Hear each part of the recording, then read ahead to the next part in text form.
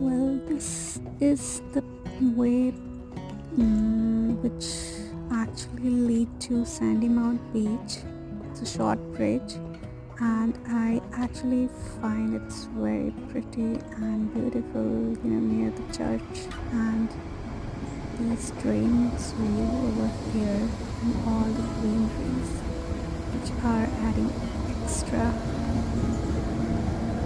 charm to this way. I actually used to come here a lot, after spending some time in beach, and then here as well. This is pretty Chum chum, amazing chum actually, chum. and the flowers also during spring.